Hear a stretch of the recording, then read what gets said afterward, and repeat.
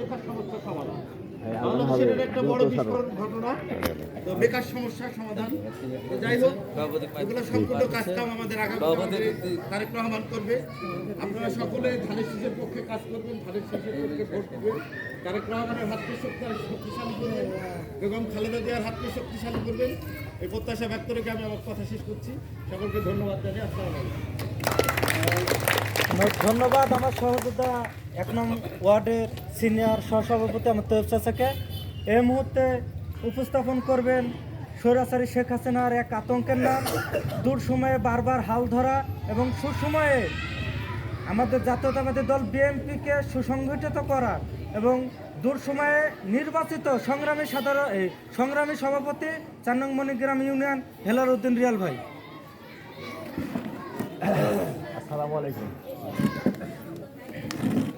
আসলে আমরা একে অপরকে সবাই বিভিন্ন জায়গায় বলা করছে যে আবু সাইদ চাঁদ এবার ইনশাল্লাহ এমপি হবে। তা আপনারা কি সেটা ভাবছেন যে ইনশাল্লাহ এমপি হবে তো নাকি? আলহামদুলিল্লাহ, যদি তাই হয়।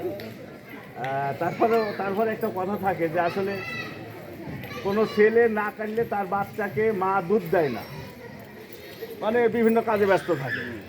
তো আমরা চাঁদ ভাই এমপি হবে, উনি ভোটে পাশ করবে। তারপরেও আমরা যদি ঘরে বসে থাকি তাহলে আমাদের সমস্যা। ঘরে বসে থাকা যাবে না। আমরা যেখানে থাকি, যেভাবে থাকি, যে কর্মই করি না কেন, সেই জায়গার থেকে আমরা আওয়াজ তুলব যে আমরা আগামী সংসদ নির্বাচনে আবু সাইদ চাঁদ ভাইকে ধানের শীষ মার্কায় ভোট দিয়ে জয়যুক্ত করব। এই জিনিসটা সবার ভিতর মাথায় রাখতে হবে, মানুষকে বোঝাতে হবে। কেউ যদি একটু দ্বিমত থাকে তাকে বোঝানোর চেষ্টা করতে হবে, এবং হয়তোবা আমি বোঝাতে